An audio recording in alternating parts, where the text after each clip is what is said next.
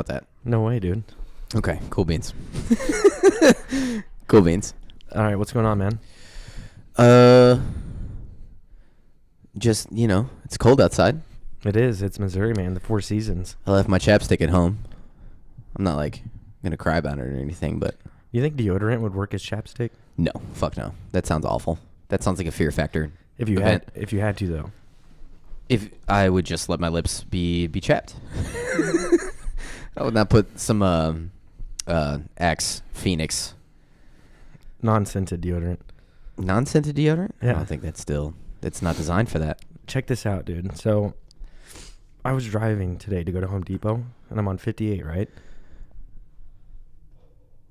I know, I made it seem like it was going to be something cool. So, next thing you know, I'm on 58, and I see all these cop cars just driving down, like 5. And I'm like, holy shit. So, I grab my phone, I'm about to record it.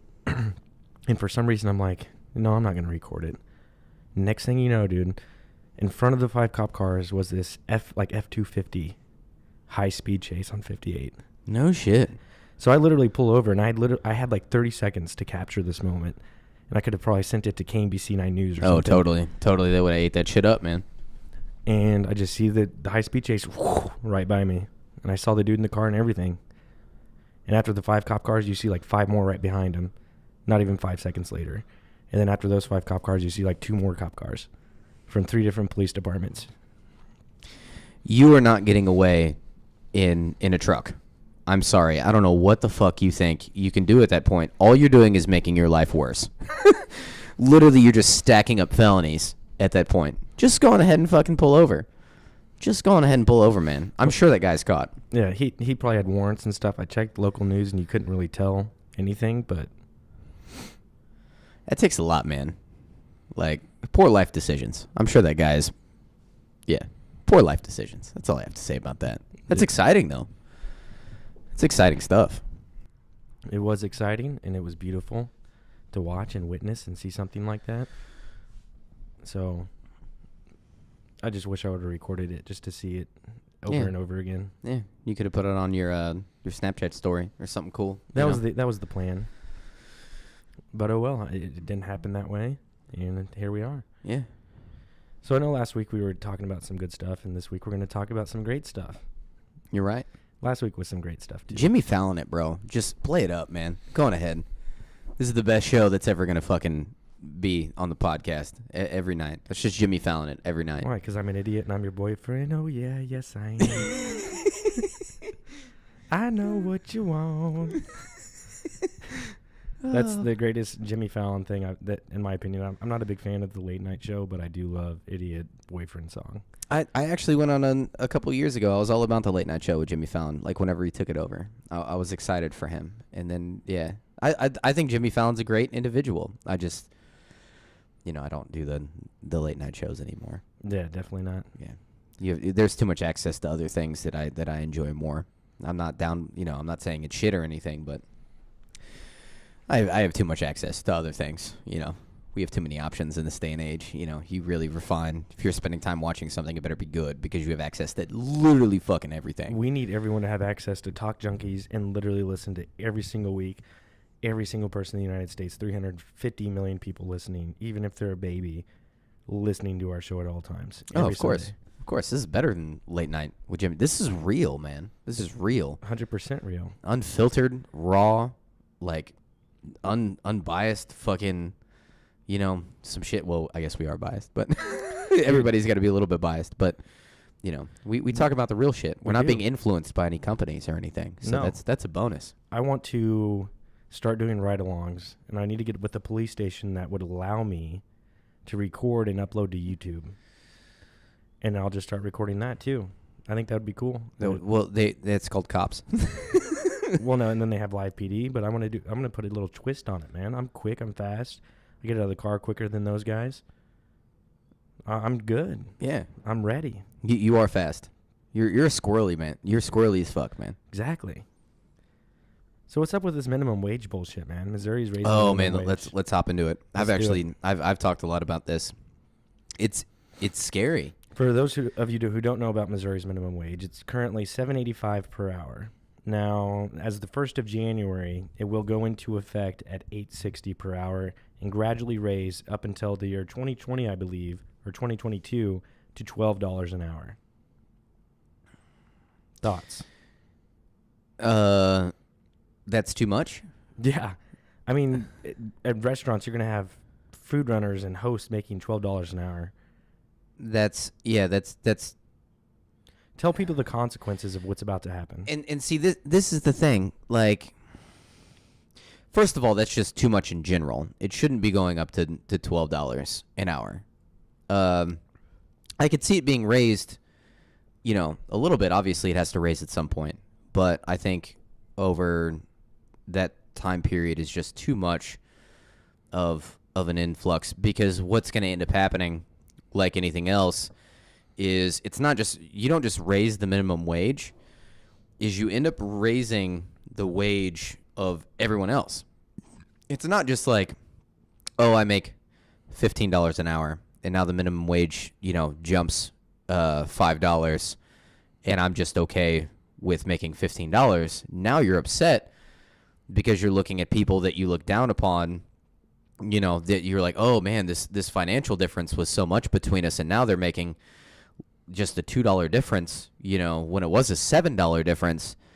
But where is my value? Now I need to have that jump too. And then you literally just watch this happen, this all the way up the ladder to all the way up to people who make, six figures. Now they're like, oh, well, why is this person all of a sudden making, $80,000 a year, and that's if people were just content, it would work if people were just content on the upper level. Okay, hold on real quick. How would it work? So so with it being $7.85, right? Mm-hmm. And I know we've talked about minimum wage a little bit in previous podcasts. Yes. But check it out.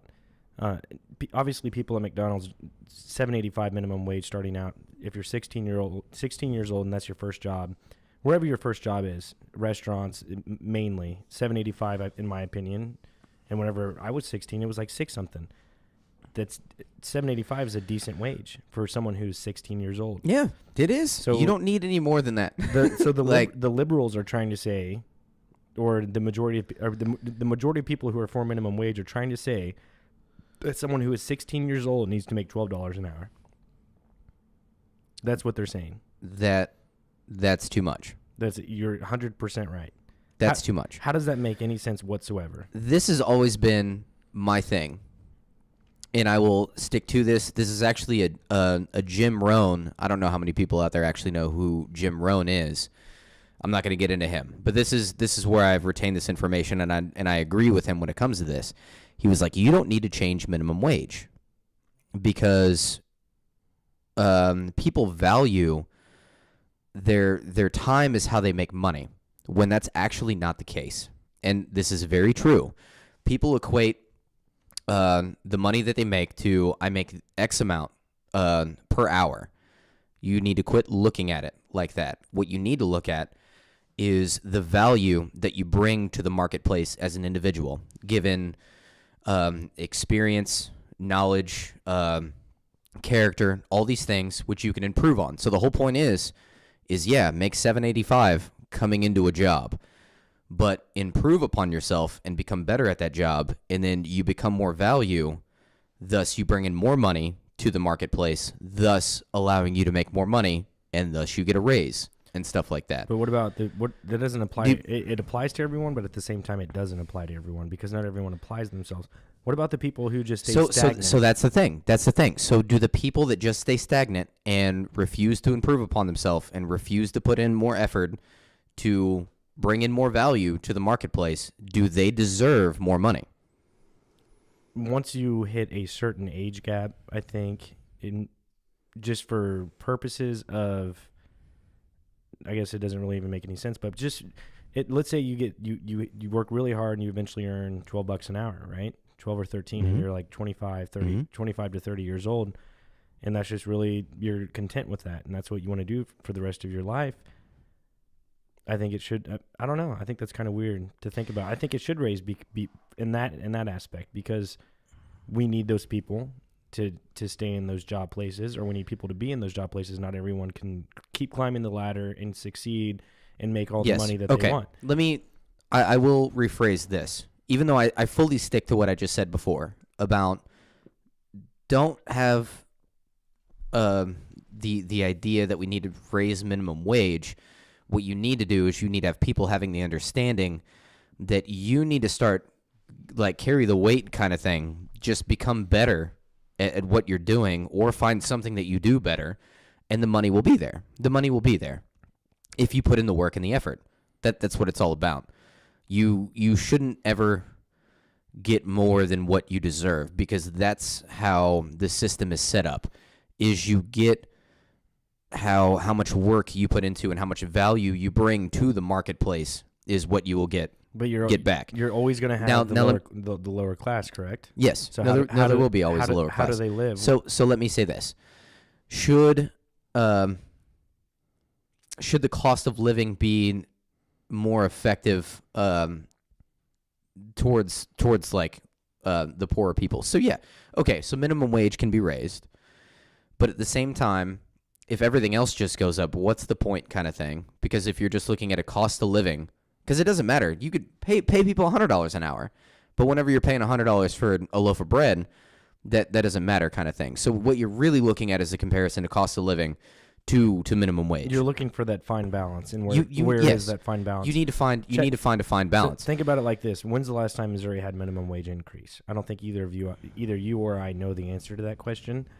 It's probably whenever I started working, it was like $6. It was like $6.20 or some shit. It's only gone up realistically $1.50 since I've started working. Right. So let's go the past year or two though, and just watch how gas prices themselves fluctuate. So someone who has a minimum wage job, literally gas is $2.39 a gallon right now in Missouri. Mm. I mean, per hour, if you're only making $7.85, that's gas. Imagine if you're driving. No, 20 minutes. That's very rough. Minutes. So okay. So that's what I'm saying is. If you need to figure out a way to where minimum wage should not afford a living where, I mean, that's got to be real bare bones living. Don't get me wrong. But it still should be livable to an extent, because there are going to be some people that need that. And honestly, you get government help and stuff like that. Because if you're on minimum wage and you're an adult, you're on Medicaid. Chances are you're on a bunch of stuff. Right. So, it just shouldn't go up to $12. That's just too much. I'm all for you can raise it. You can raise it, but at the same time, that really doesn't fix anything. Whenever you go to the grocery store, on average, how much do you spend? Me personally, just for myself, right? I'll spend $50 to $60 on groceries for a week. For a week. Yeah. Okay. So let's go 60 on the high end times 4 weeks. Mm-hmm. You're at $240 a month. Mm-hmm. That's a substantial amount of money. And rent's always going to be more expensive than that. So $240 just for groceries, just for yourself, on top of rent, on top of car insurance, on top of cell phone bill, which you don't need. But let's just go. Something has to change. They need to find the balance. Is it $12? Probably not. I think $10 is probably a fair minimum wage. If you're going to go 12, I think that's too high, like you said. So let's meet in the middle and let's do 10. Even a 16-year-old, 40 hours a week, that's $400. After taxes, you're looking at what, $320, $330?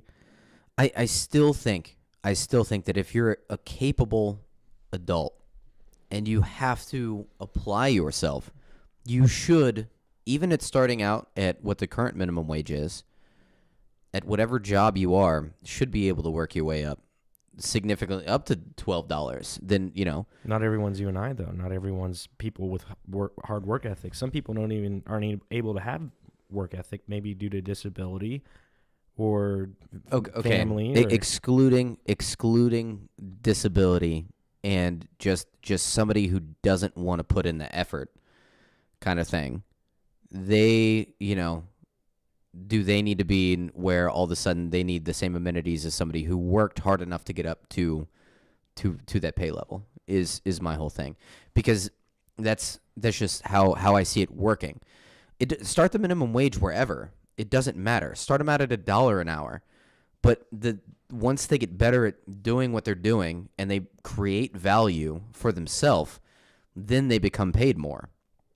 Is how it should work. Start it wherever, but you have to bring value to the market. You can't all of a sudden say, because then all of a sudden it has to be made up for somewhere. Like if you get paid $12 an hour, but you're really only bringing in $9 of value to the effort that you're putting in for a company and the overall thing, now there's a negative somewhere. You see what I'm saying? And then everything gets all fucky. You have to. This is capitalism, and one of the reasons why capitalism works is because you're able to make the money that you decide that you want to make, is what it comes down to. And that's a really good thing. Excluding people with, a kind of hindrance or a disability or something. I'm not talking about those people. They clearly, society, should be there to help those people. I'm not saying anything against that. Or kids, especially if you have a family. I'm not saying that kids shouldn't go and help. But as an individual, this is how capitalism works. You have to put in the work. You have other countries of people working immense amount of hours trying to bring in a fourth of what just somebody doing with minimal work, is bringing into America, which is completely, look at the opposite. Like, you want to be making like a fourth of what you're making right now, but working, 8 times as hard as what you're actually doing and having to put in effort as people in other, that's not the case though. We're here in America where we don't have to deal with and it's America, right? Right. So just to put it into perspective, and this is just in Missouri, folks. Imagine living in California where everything is way more expensive. Yeah. I mean, a bottle of beer is $8 for a Bud Light or a Coors. It may even be more than that now because it's been 3 or 4 years since I've been there. But look at it like this. Like I said, if you set it at $10 an hour and you worked 40 hours per week, and let's say you're 21, let's go with 24 years old, you just had a kid, you're with a wife, and for some reason something happened with your other job and now you're making $10 an hour. You have a house payment, you have a car payment, you have food for yourself. It's $240 just for yourself. Yeah. And you could probably skim a little bit off that, like you said, but then we're going on the high end. Of course. After taxes, you're making, let's say, $330, a week. So times that by 4, which is in a month. Mm-hmm. So that's 3, 6, 9, like 11, 12. Like 1,100 or whatever. Yeah, you're looking at $1,100, like $1,200. $1,200 a month. You know how hard that would be to live off of? It is very hard to live off that. And what I'm saying is, and I said it earlier, we need these people. No matter how capitalism works or how society works and how America works, is that we need.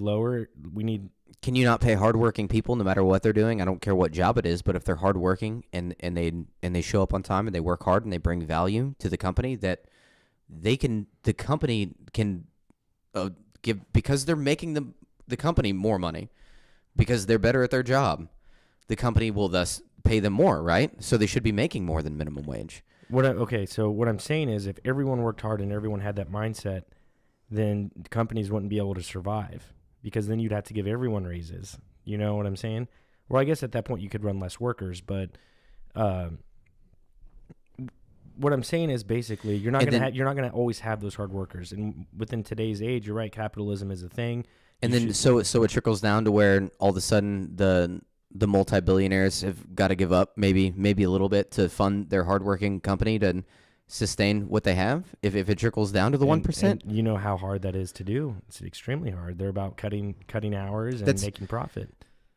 And that's the thing. And also on the other end is, I don't think people live within their means so much in America anymore. It's people will spend. They have no sense of budgeting. Think about this. In high school, do you ever really learn anything about budgeting? Like actual important shit? If you don't take the marketing or the financial class. You would think it should be required, right? No, it wasn't. But you think it should be. It should be, for sure. People have poor budgeting. They have no idea how to invest in anything. They have no financial grasp on what's happening. And I think if they actually had a grasp, they'd be better understanding of what to do with their money and how to manage it, and also how to move up in the business world as well, as far as becoming better, at their job and applying themselves. Yeah, that's a thing. And it's not a thing, though. It's just another thing on why we could hit education, but we're not going to go into that aspect. I try not to because it's just I beat a dead horse because Right. every podcast I could come back down to education. Have you ever listened to Ben Shapiro ever? No. Okay. He's a very intelligent person. A lot of people like him. I mean, he's Republican, but he's old school Constitution, and he's young. He's probably in his 30s, like 35, 36 years old. And if you listen to this guy, Jesse, you would love him. He said if he were to run for president, which he says he might in 2024, he basically would give all the power to the states. He says less government, less government, less government. Fuck yeah. Yeah. Fuck yeah. You're for real. Listen to him tonight on some of the shit he talks about. He's just smart. He goes to colleges. He does lectures. Then he does questions with people at colleges. There's some colleges that are so far left. The federal government is very frustrating. Yeah, it is. Anytime you shrink that up a little bit, they wouldn't even let him on the college campus because he's Republican. And like just his ideal, he's so smart. Like probably one of the smartest people that live in America. He talks so fast. I mean, like you just have to listen to him. Check him out. Yeah, no, Check him out. I will. Yeah. I will for sure. The government's poop. Big old poop on it, man. It's always been frustrating my entire life. But just to recap on the minimum wage thing, I think that people do not have the right mindset when it comes to minimum wage and the marketplace and the big picture of things, and the individual needs to be empowered. You need to look at it like this is your world to conquer. As an individual with America, we have plenty of opportunity. This is your world to conquer. You need to go out there and get it. And trust me, it's so much more satisfying to improve upon yourself and better yourself. It is and get the things that you deserve. Because if things are just handed to you, you are now enslaved to the hand that handed it to you in the fucking first place. You need to go out there and establish yourself as an individual and become a voice. You can start changing the world, no matter how small of a ripple effect it is. But you need to start working on yourself. Know thyself.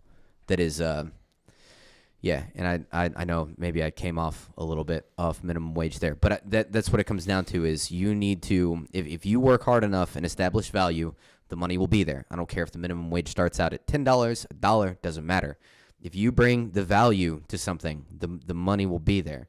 And it comes down to being you as an individual. It's the Fibonacci sequence. You need to develop yourself. 100%, man. And then you will become better. That's the greatest thing. And you hear a lot of people, does everyone have the same opportunities in America? And I think that is the case. Everyone has opportunities. Everybody, there are people with better opportunity than other people. But if you're focused enough. I disagree. The reason I say that is, yes, if someone's born into money, yes, they do have a quicker and easier option. They have better networking and everything like that. But there's nothing saying that you can't go out there and network yourself and get yourself up there to where you need to be. Anyone can do it. It's just a matter of who you know. And if you don't know someone, surround yourself around people who do know. It's surround yourself with good people. Surround yourself with positive people, hardworking people. Everything starts reverberating between individuals. So being who you hang around with is huge. They actually say that you average the same salary as your 5 closest friends. Is that there is no big spike anywhere. So no, who you surround yourself with is huge. But as far as raising the minimum wage, I don't think that's not an answer for anything. It'll work for a while.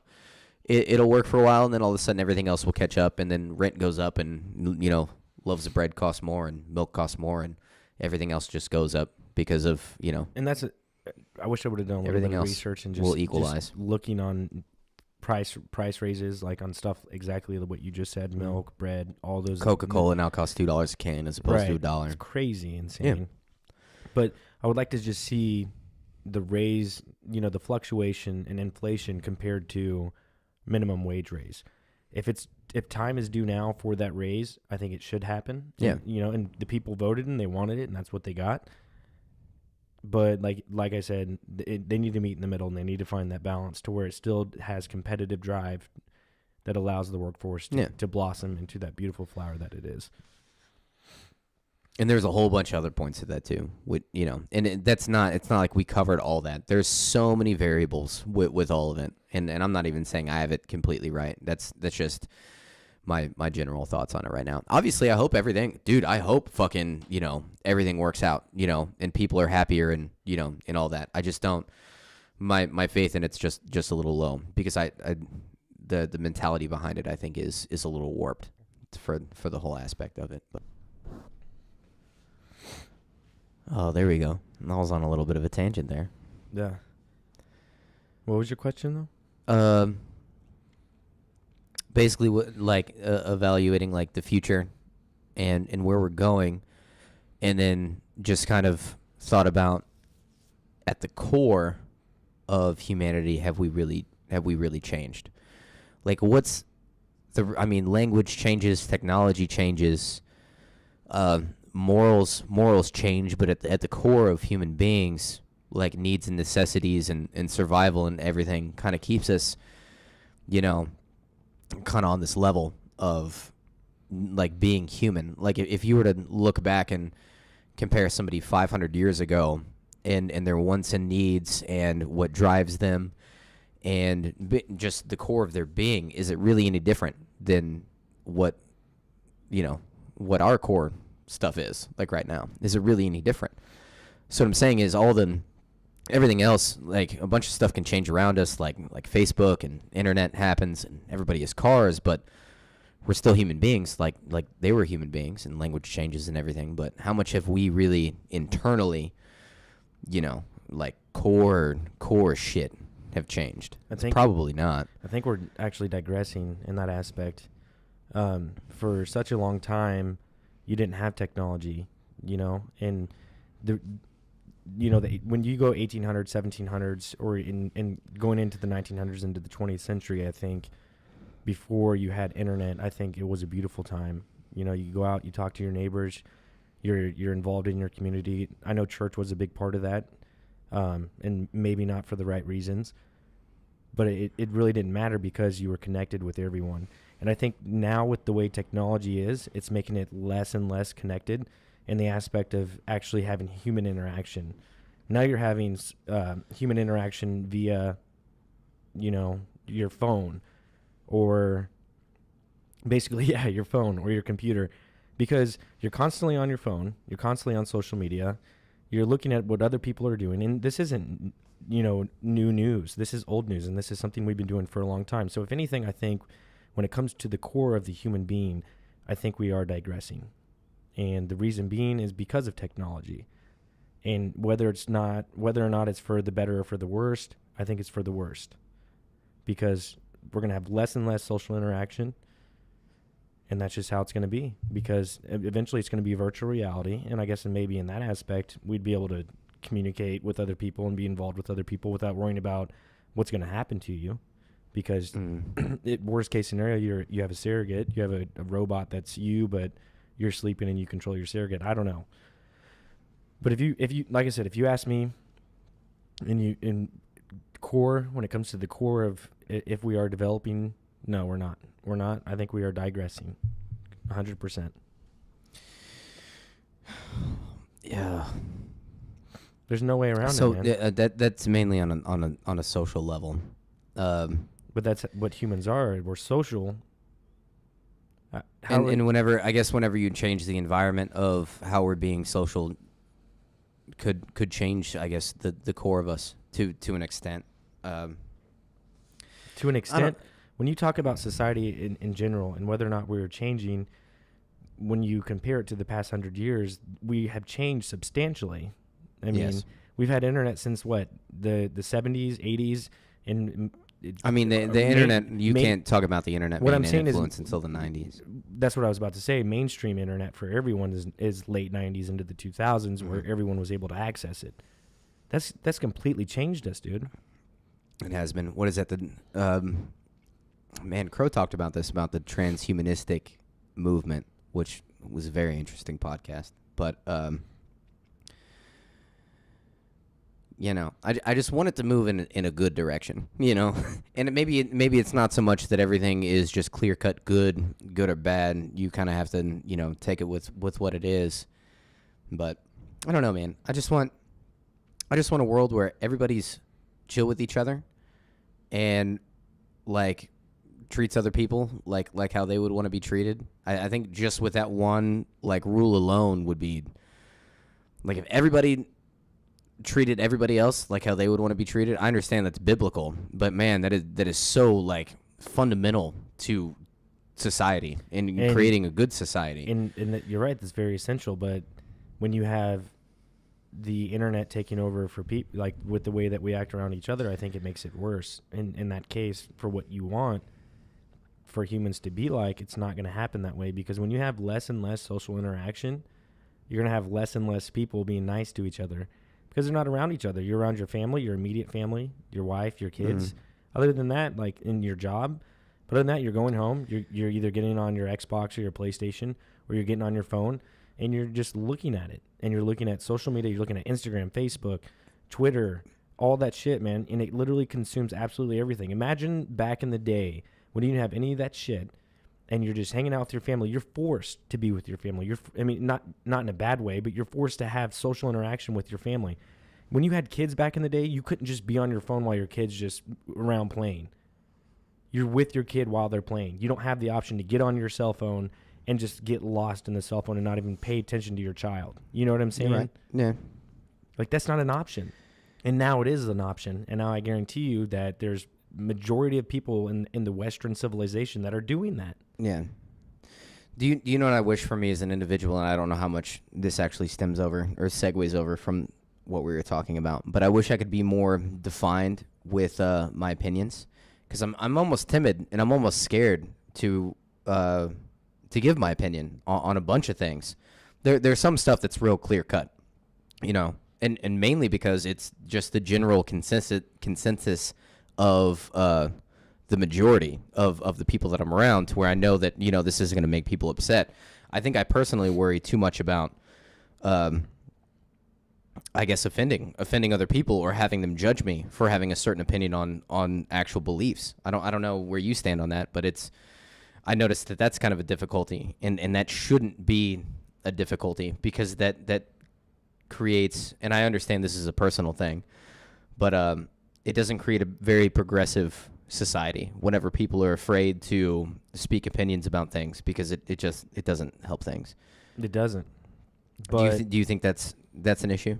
I think with a lot of people. I know I'm not the only one, but do you think it's a majority kind of thing? It's where people have problems speaking their opinion? Well, worried about judgment. Once again, technology has created this massive far left versus far right movement, right? Mm-hmm. And you have these people clashing against each other. And a great example is getting on Facebook, and whenever anyone talks about politics or anything that has value to someone's life, someone else always has an opinion in there. It's so easy to talk about that opinion on the internet and write a comment about it and say, hey, like, you're completely wrong, and this is why you're wrong, but it's through typing and it's not through social interaction.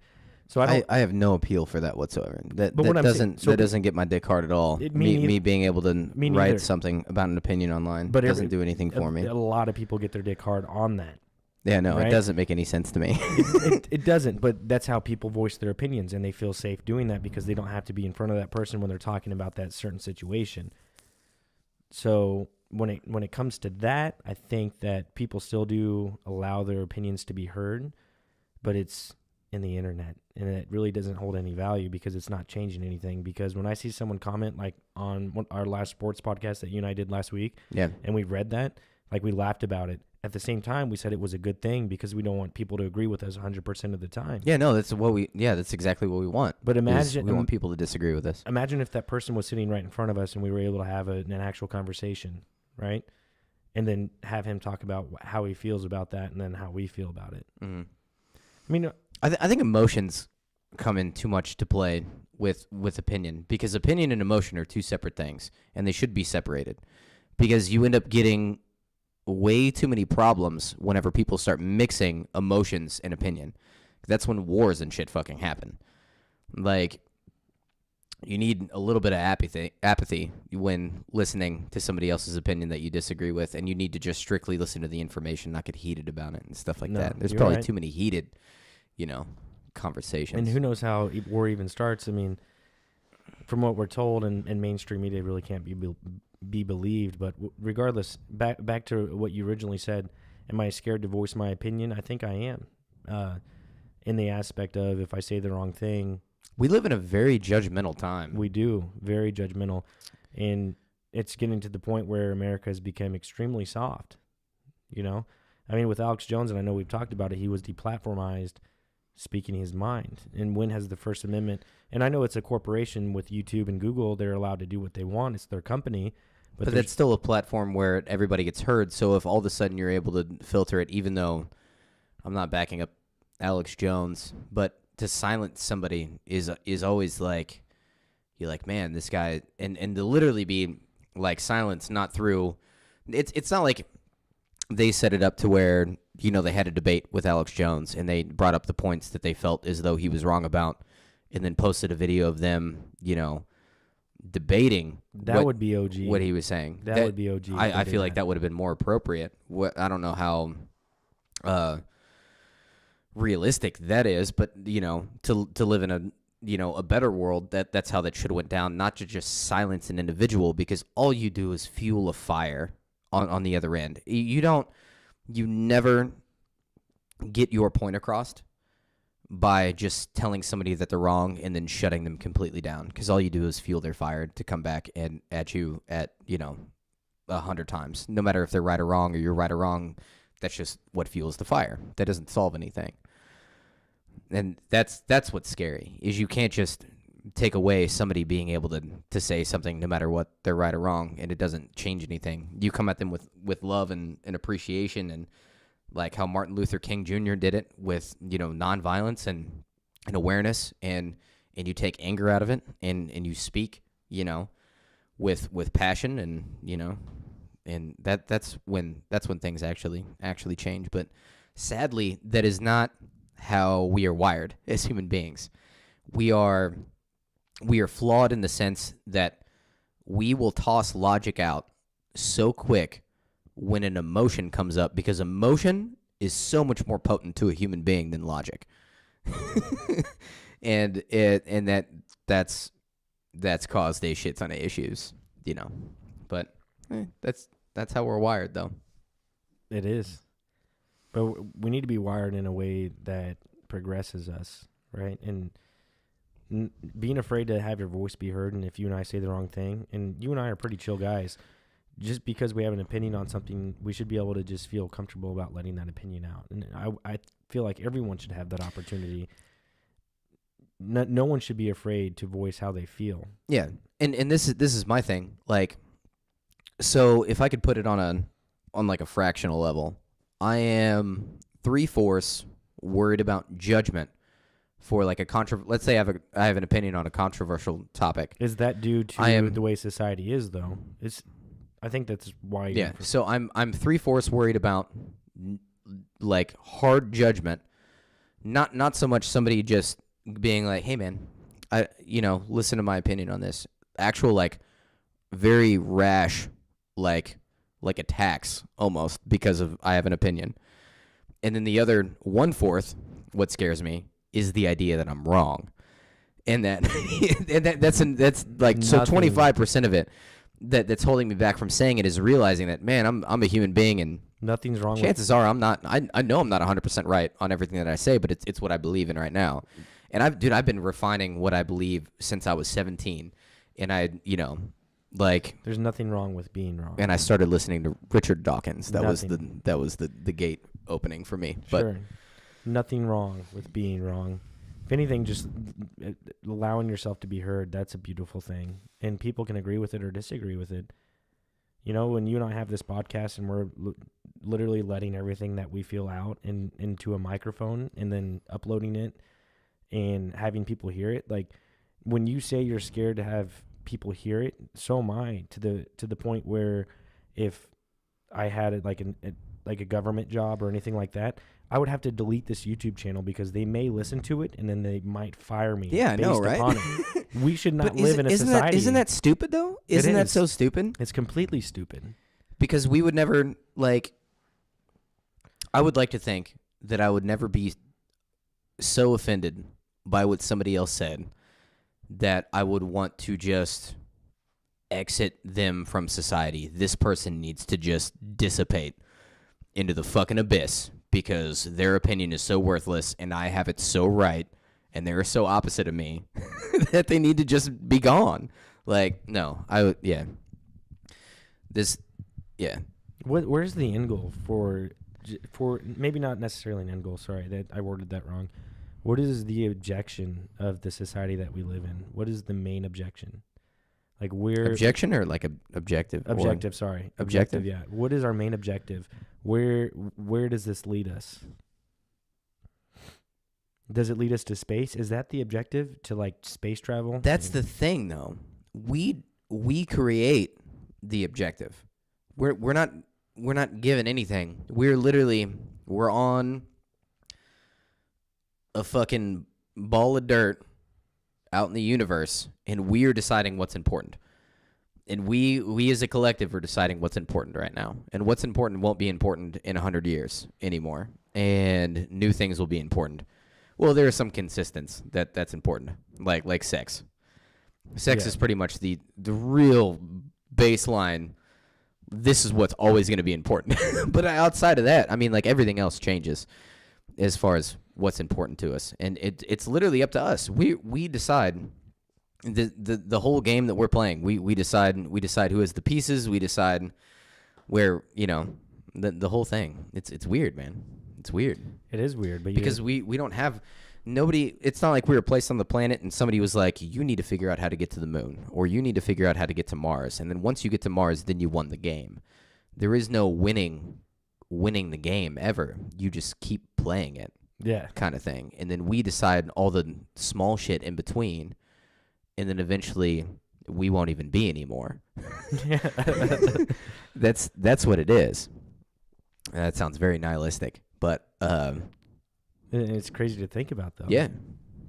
Because even if humanity moves on, eventually it will develop to where, think about it. What have we had, like,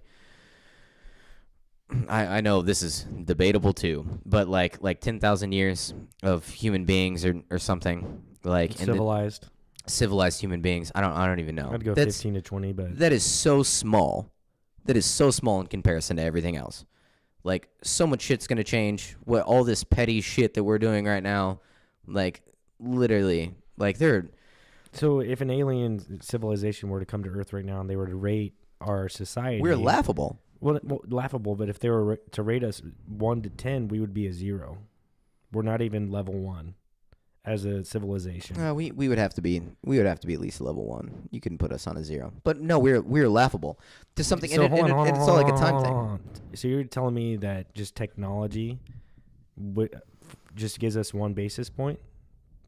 No, there are multiple things. There are multiple things, but I mean, you talk about let's say, like you said, if the universe is 13 to 15 billion years old, and we've been here for 10 to 15 to 20,000 years as a civilized human race, what have we done that would make us level 1?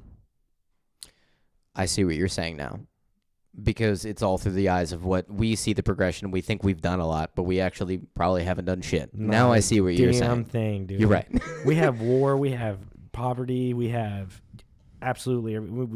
We're on oil still, my man. Come on, man. Yeah, you're right. We worry about stupid shit. Right. When it's nearly laughable whenever you look at the big picture. It is almost laughable, and I'm sure that other civilizations that have been around 100,000 years would be like, man, you guys are still in that? Yeah. Like, we got over that like year 7,000. Right. Like, you're still in that shit like year 10,000? China literally builds cities, legitimate mock cities of Paris. They have a mock city of Paris, and no one lives there. What the fuck? Yeah. Like a population of maybe like 100. And it legitimately looks exactly like Paris. They have a mock city of Venice. Why would they do that? They have a mock bridge of the England Bridge, like the whatever that's called. You know what I'm talking about? The Royal Bridge or whatever. Yeah. They just get off on just mocking cities. Hey, the resources are there. Why not? Right, but they don't have anyone that lives there because no one cares. So I'm gonna have to look this up. I have not heard about this at all. That's very interesting. It is. It's crazy. And that's what Hey, we got a Chinatown, right? There's a Chinatown in like California. Dude, they were pissed off about us, man. They're like, man, we're going to outdo you 100-fold. Yeah. Screw that. You get a Chinatown in California? Well, that's what I'm saying. Like, Eiffel Tower in Hong Kong. We could play that game. with the alien races, just like they go to those cities, if they post it up there, they'd be like, damn, there's no one that even lives here. But they have like millions of people who are living in poverty. You know, I mean, those are just the small things that are frustrating. You build these, but yet, like, why would, I mean, and you couldn't really just post some migrants up and say, hey, move to this fake Paris city and just live there and work. And What's the most frustrating thing about society? man, Let's get back into something tangible. woo, that's Because we've been very broad the past like 15 minutes, I feel. Let's get something like back into something more tangible. What is the most frustrating thing about society? I haven't really thought about that, to be honest. I'm gonna let you go first on this one. The one that comes to mind right now is the fact that we have the resources for everybody to live a good baseline like lifestyle and to fuel fundamental things about society. Like the resources are there, but we just don't do it because of some like imaginary numbers that really don't exist because of where they're put right now. Like, I don't know if I worded that too well. So I think like not to get back down to like education, but like, you know, having the resources to feed the hungry all across the world. I guess that's the first thing. I'll refine that even more. We have the resources to get people clean water and food all across the world, because I guarantee you just the food that's wasted in Missouri alone could feed the world 10 times over just from the wasted food that happens here. That's very frustrating. So that could be refined. So that's what I'm going to say. That's the most frustrating thing about society right now is that kids go hungry all over the world and, you know, and don't have clean water. I think that's I'll start there. I like you that, know, man. And Bill Gates, yeah. Bill Gates is trying to fix all that allegedly. And good. I mean, he's a billionaire. He should have already had that fixed by now. But my biggest frustration with society now, and this is a generalization of the whole world as opposed to just the Western world, is the fact that we let a few people rule the world. Like, we should have woken up and smelled the coffee. Dude, it's 2018, almost 2019. How do we still allow a few hundred people rule the world with what you said is imaginary numbers and paper? That's what frustrates me the most. No, you're right. That's frustrating too. Off a game that their ancestors created and it stayed within the families for so long that they've, you know, that they have what they have, and there's no getting, even though you can, don't get me wrong, I was saying this about capitalism earlier, you can always develop yourself and, you know, bring value to the marketplace and make the money that you want to make given the amount of effort that you want to put into things. But there are some people that have so much of something that are kind of puppeteering the Kind of. no, not kind of, that are puppeteering a bunch of things too. So you're right, that is frustrating. And do you think those people could feed the world and make sure that the world is fed and could have clean water? God, yes. Probably very easily. Extremely easily. Yeah. I mean, they have money to probably feed the world at least for like I'm going to say at least 10 years. I mean, we'll get a Rothschild on next week and see what they have to say. For sure. We just got flagged right when I said that. Right when I said that last name. Nah, we're too low down the totem pole to get flagged. I don't for know, saying man. Shit like that. You have Roombas that are literally tracking architecture inside of buildings and being stored in data now. So you don't. Yeah. Well, Everything's data retention. Well, this was actually on 60 Minutes this evening, was the fact that in Europe, they actually don't allow data mining like they do here in the United States with Google, Amazon, Walmart, companies like that. Literally, I searched for a vehicle, right, on my phone, on Google. I get on Facebook, it gives me the same search for the same vehicle that I'm looking for as suggested for me. So what I'm saying is that, Oh, yeah, it's right in your face. yeah, America's actually, they're going to come down on some regulations for these big-ass giant companies. So maybe, I don't know.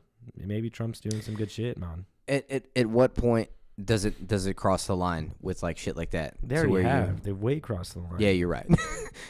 I was just like, Edward at what Snowden. point did you all of a sudden take advertising and your data collecting? Well, the thing is, they make money and off your doing privacy. it. They make money off doing it. course They're they make already money so off doing rich. Like, fuck you, man. Google is obsessed with information, and if you look at all of the crazy, successful, very well-off people, their core value is constantly learn. So if you have an entire company that all they want to do is learn people's spending, their sleep habits, how far they drive on average, how, the density of their fucking poops in the morning after their black coffee, what coffee they like to, with the right density of, poop it fucking creates. That's what Google wants. They want to know every number, every statistic, every movement, everything that we do, because if you have enough information on it, you can now figure out how to make money off of it, and better than anybody else if you have the information first. And they want the most information, no matter how obscure it is. They want the data on it. They want the data. Is it smart? Yeah, it's smart. It's about to change, though. It really, truly is about to change. But at some point, you're like, man, you're invading people's privacy here. They are, of course. And, you know what I mean? And that's the thing. That's what surprises me the most, is how not woke people are to that. They don't care. They're just about it. Like, if you went around and asked... You don't have much choice, man. You can... Well, you do have choice. This is America, baby. And the reason you have a choice is if people actually knew the amounts of money that they make off collecting data. Like, if the general population knew about that shit, I think it would change. There wouldn't be a choice for Google at that guarantee you point. the general population doesn't give a fuck. I guarantee you. I mean, Don't take away their Facebook. True, but Don't take away their Facebook. If Facebook, Don't take away their Twitter. If any of those things closed down, there'd be another one popping up the next day. I mean, of course. Just like there's YouTube /esque other websites that you can go on that will show absolutely everything, graphic, everything. Like, there's no, there's nothing. You talking about porn? No, I'm talking about you go to YouTube. That's just the visual I got whenever you talk about internet and graphic shit. And that's what you think. My bad. But I'm saying like videos, and there's no censoring whatsoever, because that's what America's founded upon. There's just no censorship. Freely do what you want. But what I'm saying is, if people knew what was truly going on with these big tech companies, I think shit would change. I truly do. But they're too consumed in it for them to even know about it. They have too much momentum, because you don't, at this point, you sign the user agreement with a click of a button, and you've given away 80% of your rights immediately to that company. But you have to have a phone. How else are you going to live life now? Because I'm right there. I'm looking at my 6 Plus, which is hella outdated. But I've still, I know, but I'm not going to not go without my phone. How else am I going to watch all those zit popping videos I've been obsessed with lately, Jailbreak it, man. Buy a phone off someone and jailbreak that shit. Is that a thing? I'm sure it is. They built one. Why couldn't you? I think, I don't even know what I think right now. I don't either. We've gone over a bunch of shit. We have. We got real broad, and then, yeah. Just as an individual, this is and I know we've probably gotten a little glum, a little gloomy for the listeners. Don't worry about all this. Focus on yourself and be nice to other people. Hold doors open for other people. Be polite. Try not to let your emotions influence your actions whenever you know that they're getting a little out of hand. And, you just try to be a better person every day. Get stronger, get better every day. You know what makes you a better person? And then guess what? Through that, you will thus have made the world a better place. You know what makes... Because you only have yourself. True. You can't affect anything else besides yourself. Well, you have yourself until you have a I child. just felt like I needed to throw some positive shit in there, man. No, you're right. You're right. But you have yourself until you have a child, and you'll know that one day, Jesse. Okay, yeah. You'll have that one day. But you know what makes the world a better place? Whenever you wake up and smell the motherfucking coffee, Folgers in the cup, that's whenever it's, yes, that's what I'm trying to say. Starbucks is too close to my house, man. I'll never brew my own cup of coffee. Do what you love. Do what you love. Have a passion for it and do not stop. This is really big. And a friend of mine named Christian Robinson, sorry for putting you on blast, but maybe people look you up on YouTube and see you dance like Michael Jackson. But he says, if you do what you love and you dream about it, it will come into fruition. Literally. That's how the universe works.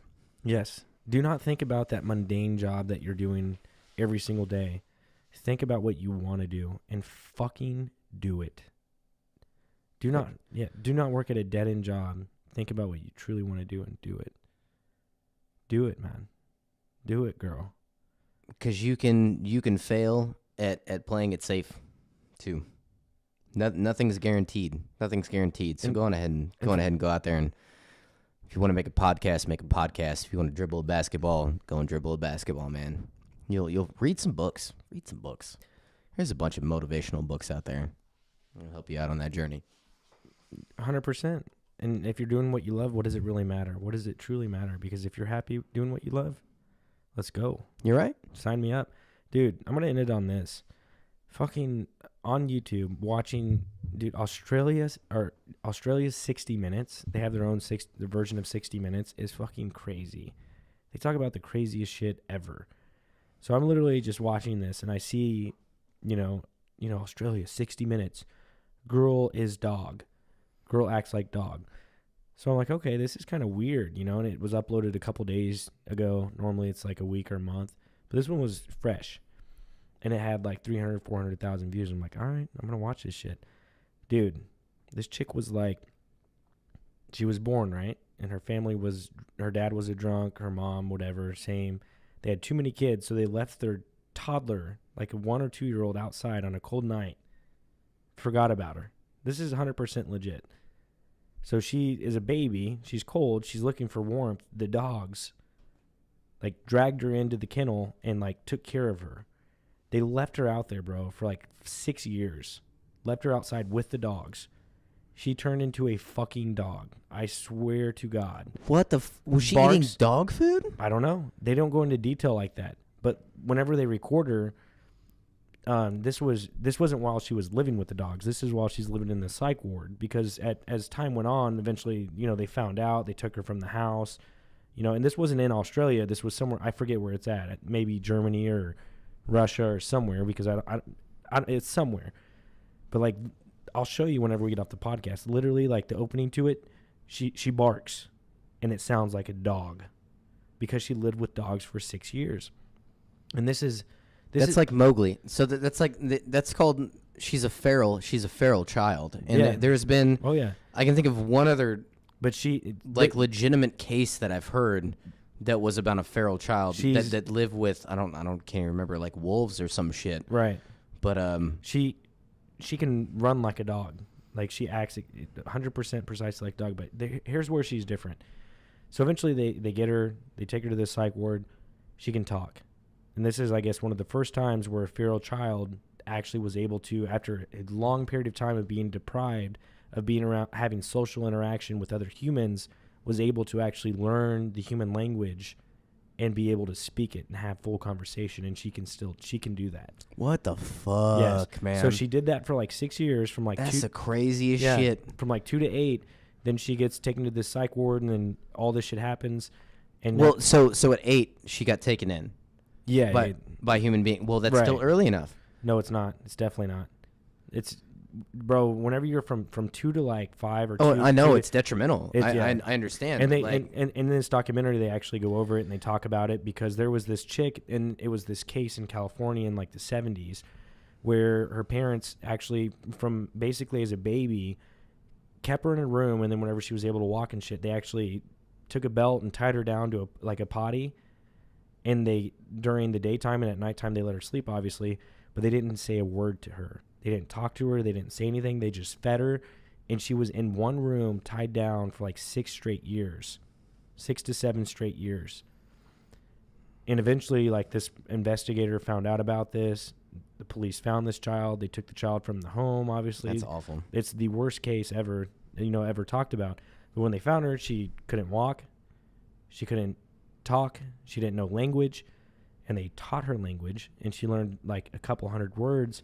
But eventually, that traumatic experience came back to her. She wasn't able, her brain was so far past development by the age of 10 to 11 to where she couldn't grasp language.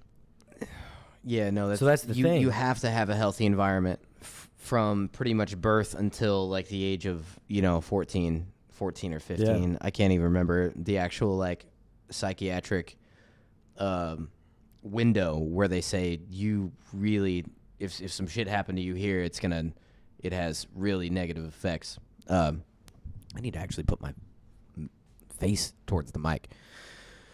No, that's awful, man. What makes us human, though, is the question. If you literally are we making each other human at that point? If everything's just this chain of shit, so everybody's making each other human. You can make yourself because without anybody else, then you're just up to the closest thing, and then you just kind of adapt to it, whatever it is. Exactly. So we're just adapting to each other, kind of thing. Yep. Yeah, man, that's some shit. There was this study in like the 30s or 40s whenever you were allowed to do studies on children, and it was like some renowned scientist, and he was just trying to prove a point that if a monkey hung out with and he used his own son in this study, where his son was a toddler as well, and he wanted the toddler to see if the monkey would just start turning into basically a human. Well, it had a reverse effect, and his son started basically doing monkey shit, like squealing, making monkey noises, and all that shit. So basically, if you hang out with monkeys, you hang out with dogs, you hang out with fucking hippopotamuses. Are we that impressionable? Yeah. When you're young, it's that detrimental, like you said.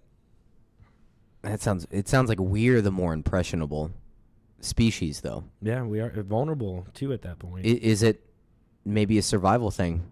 Maybe that's why we've survived so long, is because we're able to literally adapt to the closest organism and just mimic it, kind of thing. That's wild, man. That is crazy. That's wild. Dude, that's next week's podcast. Yeah. Man. We should do that. Wow, I have not thought about that. I haven't either. That makes perfect sense, though. It does. Yeah, I will have more thoughts on that, for sure. I have never thought about that. I haven't either. Well, hey, man, that was a weird podcast. I'd say probably one of the weirder ones we've done. It was different. Yeah. But it was good. It was fun.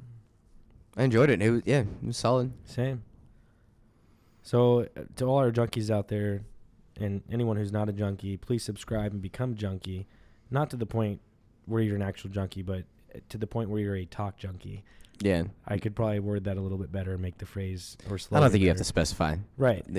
You're all our junkies out there. Yeah. Tell all your friends, make them become junkies, and subscribe, like, comment below. For sure. And stay fly and ring that bell.